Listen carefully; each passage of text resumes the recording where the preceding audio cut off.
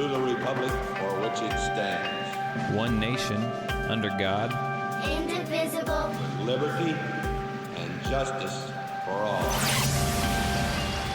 Guns, self-defense, concealed carry. This is the Patriot Defense Podcast. From the war room in Idaho's high desert, here's your host, Todd Echols. And I am back once again. It is a Sunday afternoon, and I am tucked away in the war room somewhere in the high desert of southern Idaho.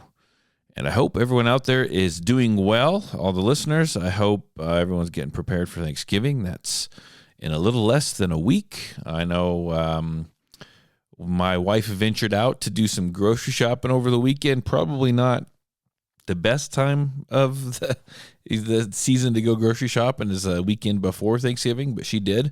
And she said it was an absolute madhouse. I actually had a couple guys that listened to the podcast tell me that they were out with their wives grocery shopping, getting ready for the holiday, and they said the same thing. They're like, man, I can understand why people just don't want to leave their house. There's so many people out there. And this is just, I guess, a warning from Patriot Defense. Look at that. We just started the podcast. I'm already throwing out warnings. It is the holiday season. And if you are out and about, obviously you will be shopping, getting food, getting gifts, because Christmas is next, right? Be aware of your surroundings. Pay attention to, have that situational awareness. There's people out there, prices, everything's are high. People are getting a little desperate. Just watch your backs. I mean, we're buying things, we're putting them in our vehicles. People see what we're buying. They can follow you to your cars. They can follow you around the store. They can harass you.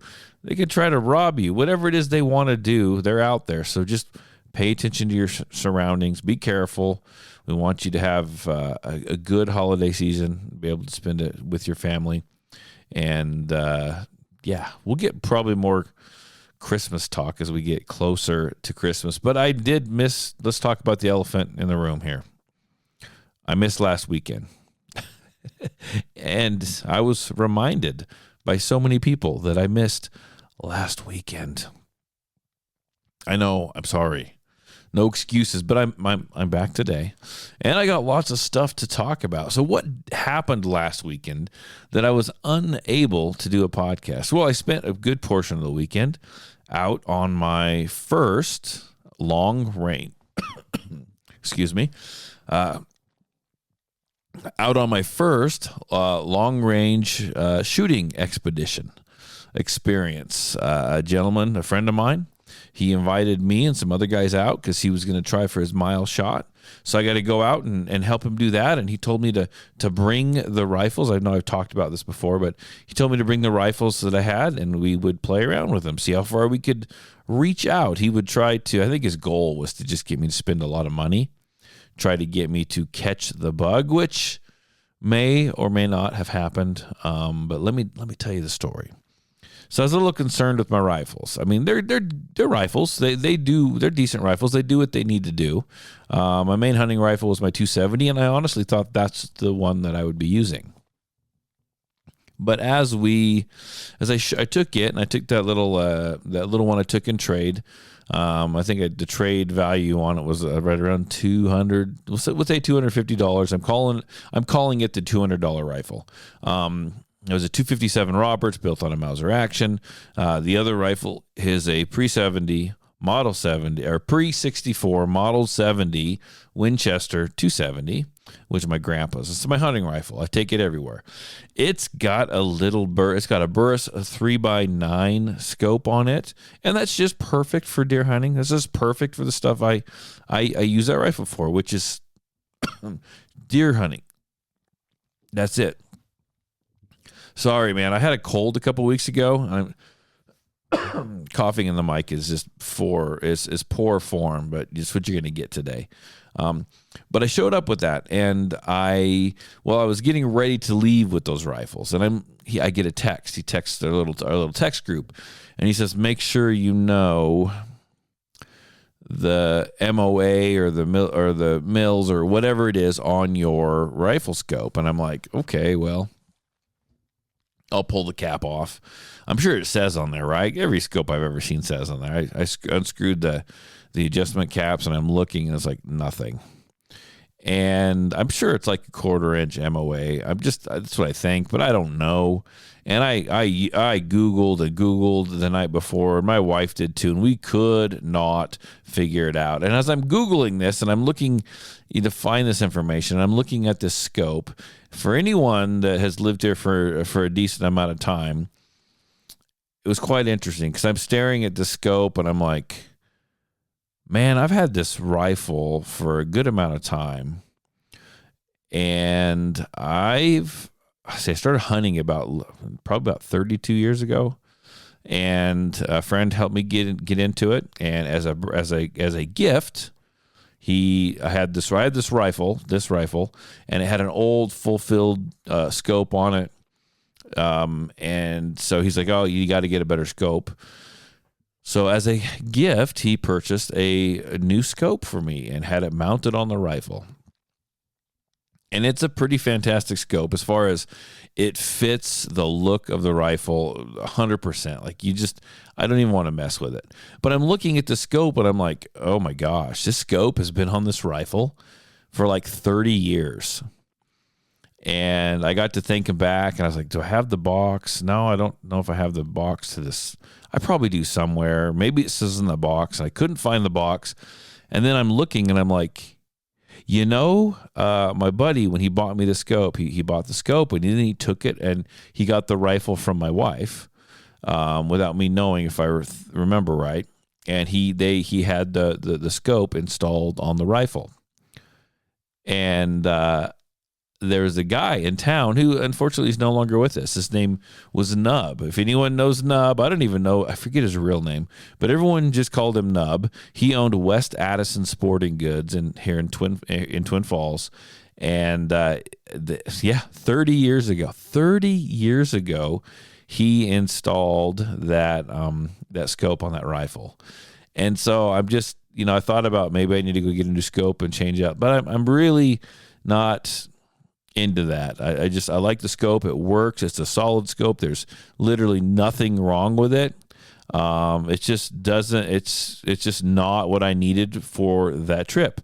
I took it anyway, just in case, just to have my buddy who's helping us out verify.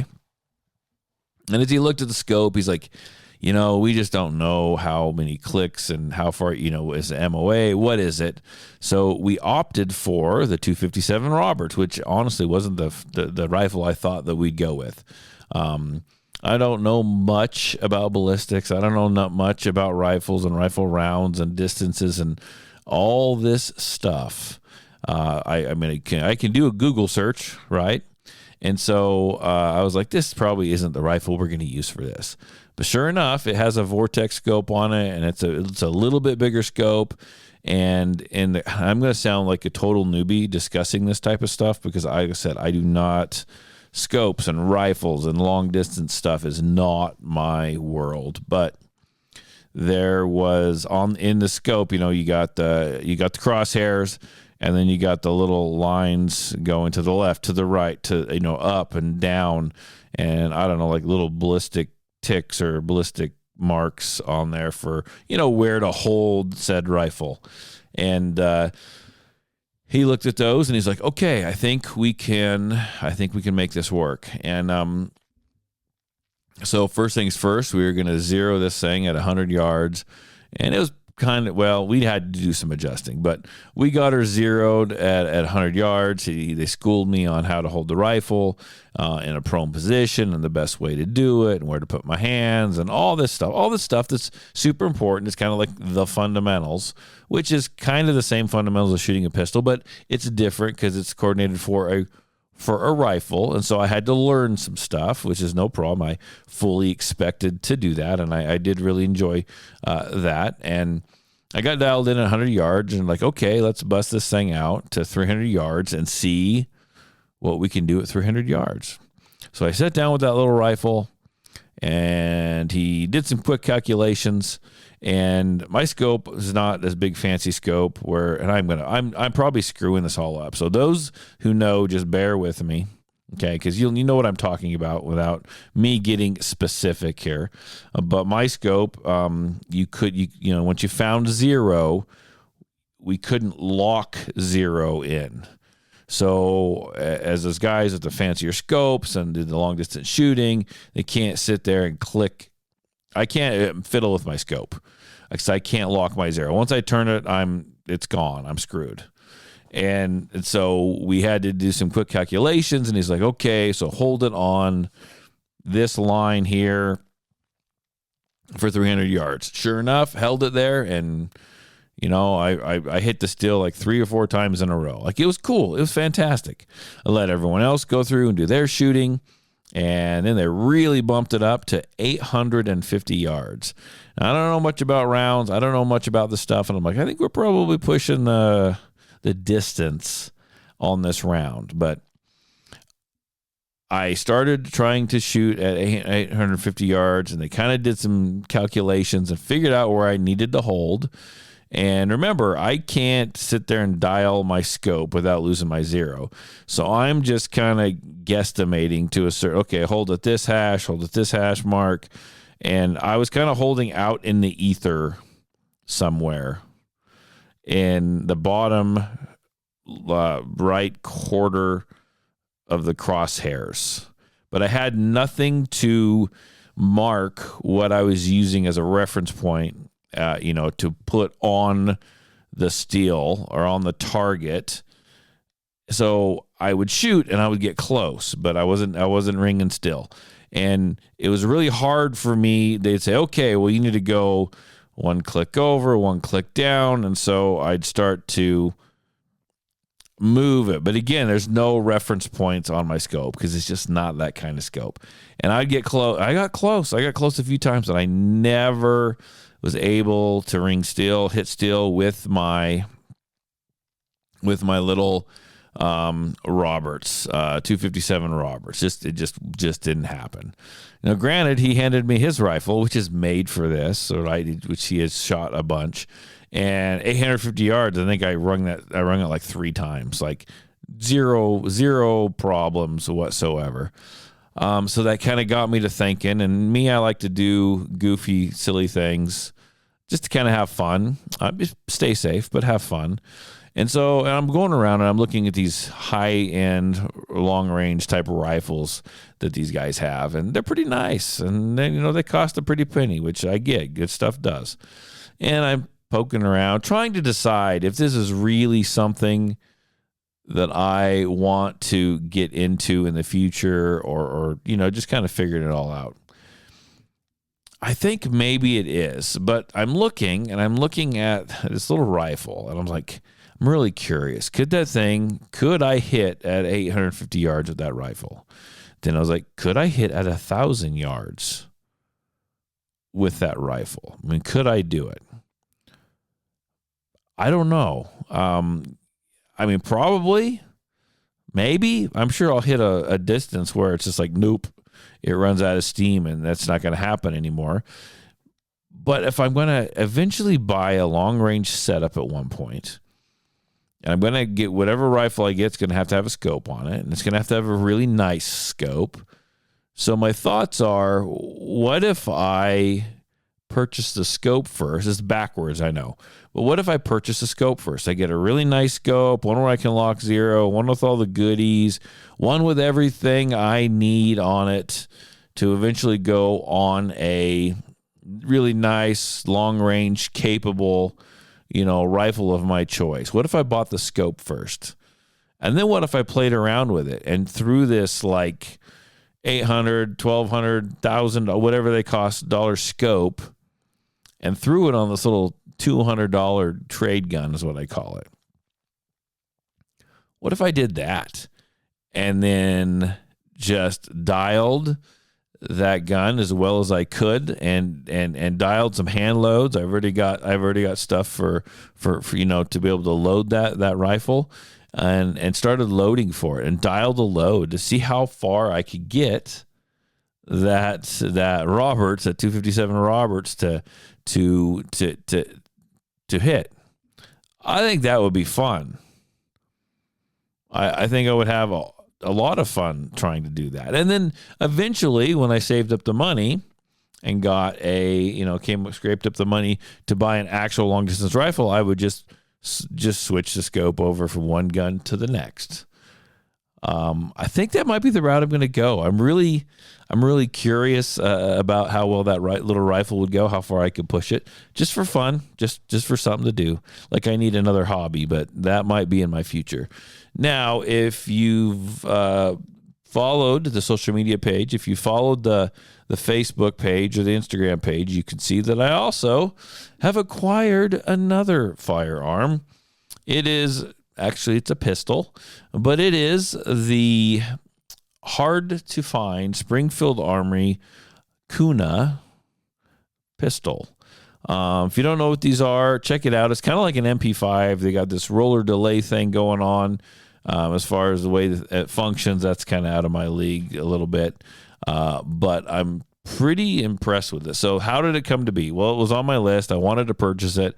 I really wasn't ready to purchase it right away. And then a buddy of mine who deals in firearms and has his FFL, Mason over at, I forgot the name of his shop, but he's going to kill me. We're going to fix it. Over at Mason, sorry, Mason, if you're listening, because I know you're going to hear this. Mason over at Ballistic Edge Firearms. He is a buddy of mine, and he was poking around, and he got through his emails, and he got notification from one of his suppliers that they had a couple of them come in, and they were up for grabs, and he wanted to know if Mason was interested or knew anyone who wanted one. So Mason, being the good guy that he is, probably an enemy of my wife at this point. No, she doesn't really care what I do, honestly. But he reached out to me and said, "Hey, look, I heard you on the podcast. You said you were looking for something like this. I can get one if you want, and here's the price." And I turned him down. I told him no. And then I sat here, and I was like, I just made the responsible decision, Todd. You just made a responsible decision. Honestly, that's not the fun decision. So then I texted Mason back. I said, get it coming quick. He was able to snag one up for me before they disappeared, and I've got it here. And I put a few rounds through it, and I'm obsessed. The thing is just a riot to shoot. Everyone that I handed it to just enjoys the hell out of it. It's pretty accurate. I'll be honest with you, the trigger really, really sucks. But I've got big plans for this. I've sat down. I've never really built anything besides putting like a dot or an optic on a pistol. I've never really built anything. Now on this gun, the gun is fun. This pistol is great. The Kuna is great. It's a lot of fun, but I can make it better. And by the time I'm going to make it better, I'm going to have like another, like I swear, like $1,800 put into this thing, which someone tells me when you build a rifle, that's pretty normal. And I'm like, ouch.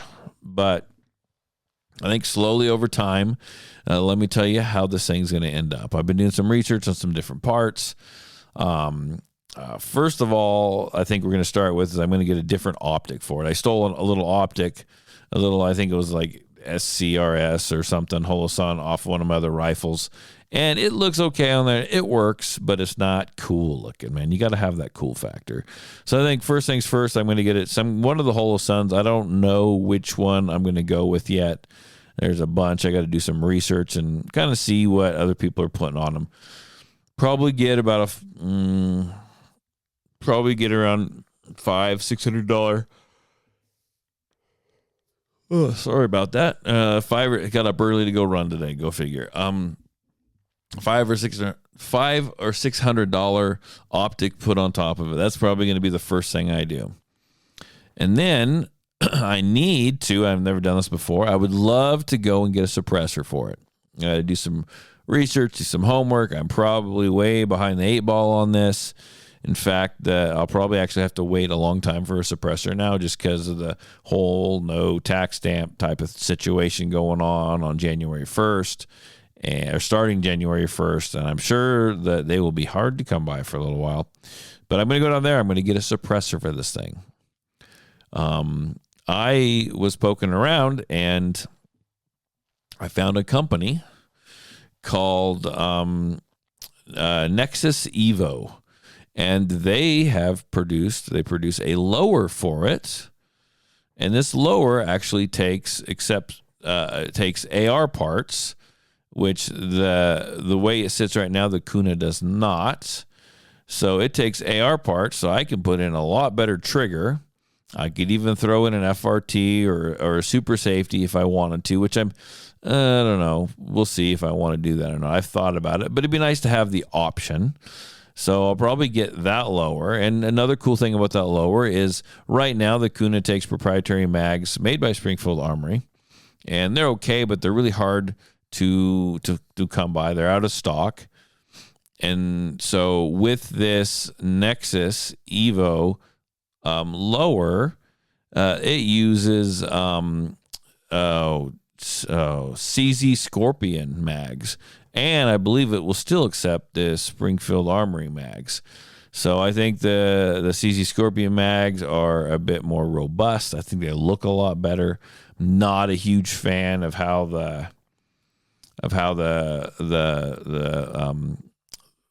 Springfield Armory Kuna mags look. They look just cheap. It's kind of a partially see-through, smoky gray plastic, and I'm not a huge fan of the looks. So, but anyhow, that lowers like $400 or $500. Here we go. We're racking up the bills. $400 or $500. I think the suppressor is probably going to be anywhere from 4 to 6, and I think the dot's going to be, like I said, anywhere from 4 to 5. So we're already getting quite the bill there. Okay, so we'll say 5, 10, we'll say $1,500 already is what I would put into this. Then we're not done yet, because then if you go to look, it's got a brace on it, and I'm okay with the brace. I don't think I'm going to SBR it. I'm okay with the brace. That's cool. But I want a different one. They make some wider braces. So I'm looking at those, and God grief, those are, $300. So here we go. That is going to be my build for that firearm.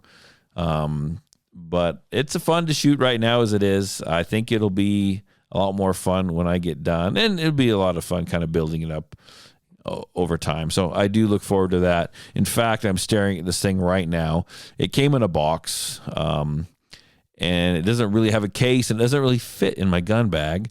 So I went down to Harbor Freight and bought an Apache, kind of like a Pelican case. It's an Apache case, and I opened it up, and it has foam in it, and I kind of cut it to fit. You can see all this on my social media page, Patriot Defense, Facebook, Instagram, whatever. It's on there. But I'm looking forward to building this thing out. Me and my kid are going to go shoot it this afternoon. I promised my 12-year-old that he could shoot it. I've been busy with classes and whatnot. So we're going to go out, and I'll let him burn through a couple 30-round mags, and it'll probably just put a big smile on his face. I'm pretty sure of it. So that's my purchases as of late. I will say that this last week, except for one makeup class that I have to do in December, my men's and women's shooting academies are done with. They are over with, all of them, except for one makeup day that we have to do, and we'll just do the medical stuff for that. So, life is good. I had a couple classes over the weekend. I finished up the elite level class, and then I had the book club group is what I call it, because there's a lady that she's taking a lot of my women's clubs. She's been on the podcast. In fact, she was on my radio show the other day, which we will talk about that as well. Her name is Alexa, and she signed up about half her book club to come and take a women's beginners handgun class. And they did that Saturday afternoon, which was a lot of fun. And I think that might have actually generated some more classes in the next couple weeks, actually. So it might be a pretty busy November and December for me if everything pans out.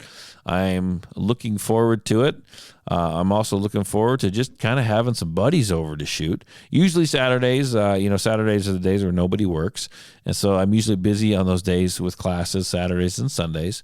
I think I got some free ones coming up, so I'm going to have some friends come over and just do some shooting so I can do some shooting. It's really hard as being an instructor when I go out And even with friends, sometimes I go out with friends just to shoot, right? And then we use my range. That's cool. That's fine. We're not going to, come across any yahoos out here, anyone out there riding their four-wheelers, causing problems. There's not garbage everywhere. So my place is the place to come when you want to shoot as a group of buddies. But I have a hard time shutting off as an instructor. I want to help people if I see them doing something, not say wrong, or if I see them doing something that they can improve on, and I want to help. I want to give advice. I want people to be better.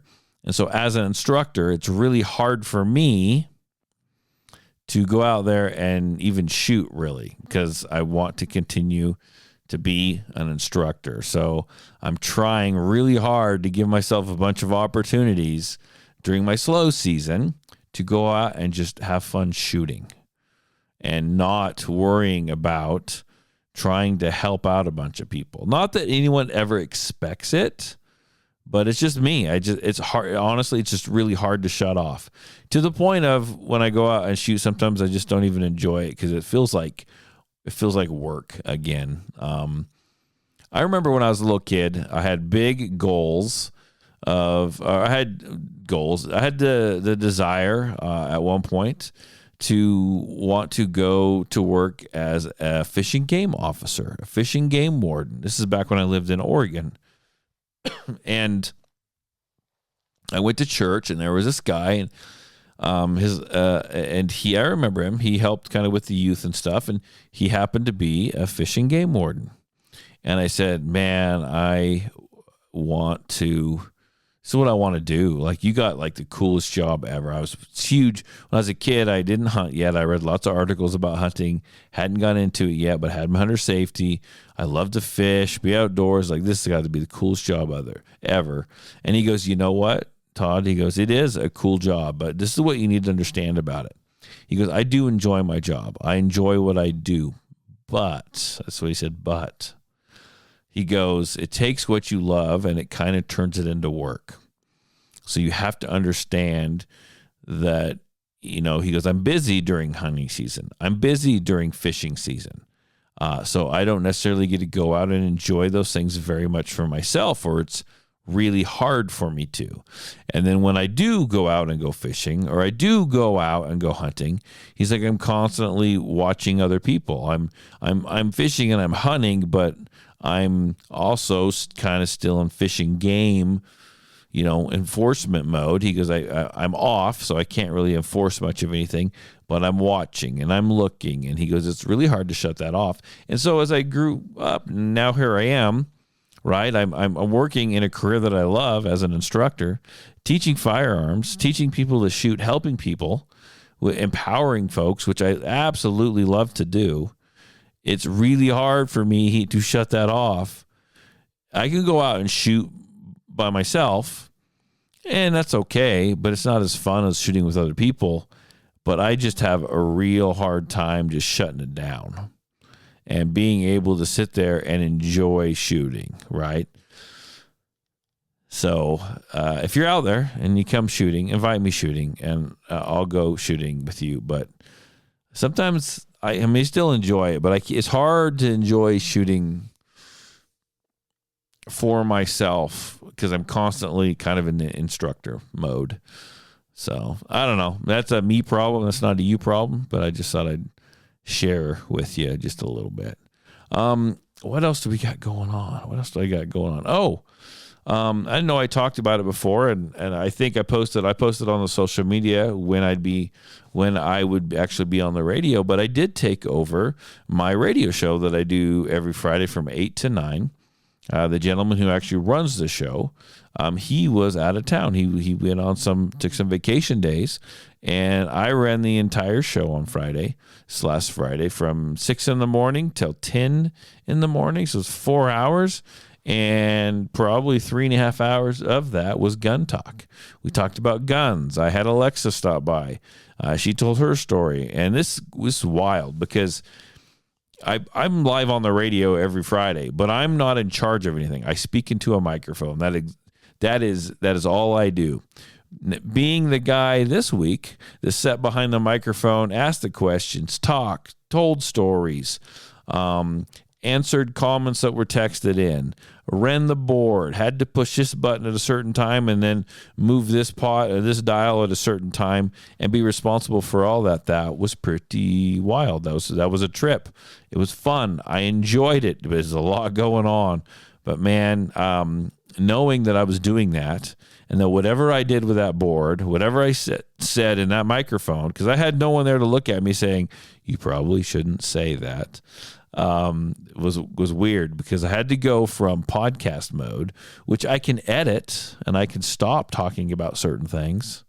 But I had to go from that podcast mode to live on the radio mode. To most of the people that listen to the radio show probably don't listen to my podcast. So I had to come across good. I had to not screw up. I had to not have dead air. I couldn't slightly curse. I couldn't do any of that stuff. So I think it went well. I sounded good to me. I had a great time. So that's probably all that really matters. I hope that if you're out there and you listen to that you enjoyed it as well. And I don't know. We'll see. I will see if I get any wild feedback. But there you go. That is what I have been up to. And there's some news stories and stuff we can talk about. But while I've been looking at these news stories, they got laid out on the desk in front of me. And I know the Glock V is something we could talk about as well.